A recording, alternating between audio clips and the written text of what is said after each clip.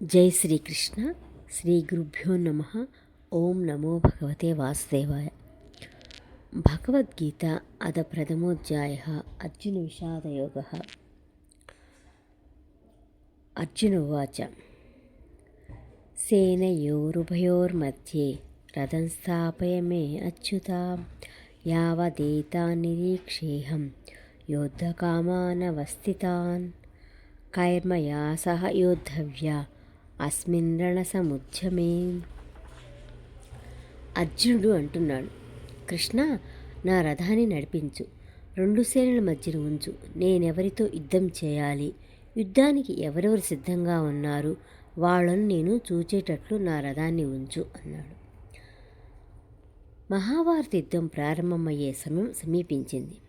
మహాభారతానికి ముందు ఎన్నో యుద్ధాలు జరిగాయి, కానీ మహాభారతం లాంటి యుద్ధము మునుపెన్నడూ జరగలేదు. అందుకే అది మహాసంగ్రామం. ఉభయ సైన్యాలు సంబరానికి సిద్ధంగా ఉన్నాయి. ఏనుగులు ఘీంకరిస్తున్నాయి, అశ్వములు సకిలిస్తున్నాయి. అంతా కోలాహలం. రథాశ్వముల డెక్కులు చప్పుళ్ళు వినిపిస్తున్నాయి.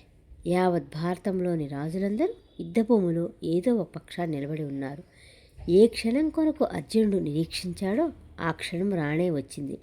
ఒక దారుణ బీభత్స సన్నివేశానికి తెరలేపబోతుంది. దుర్యోధనుని దుర్మార్గ కృత్యాలను విసిగిపోయిన పాండవులు ధర్మానికి పట్టాభిషేకం చేసేందుకు కురుక్షేత్రంలో ఆయుధాలతో నిలబడ్డారు. కృష్ణ, నా రథాన్ని ఉభయసేనల మధ్య ఉంచు అన్నాడు అర్జునుడు. తాను ఎవరితో యుద్ధం చేయాలో వారిని చూడాలి అంటున్నాడు.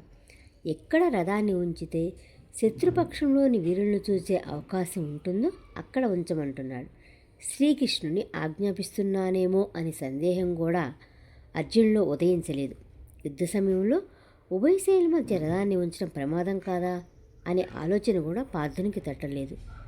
అవన్నీ కృష్ణుడే చూసుకుంటాడనే విశ్వాసమేమో అచ్యుత అని సంబోధించడంలోని ఆంతర్యం అదేనేమో.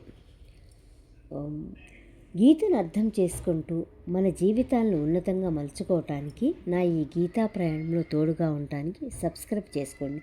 స్వస్తి. జై శ్రీకృష్ణ.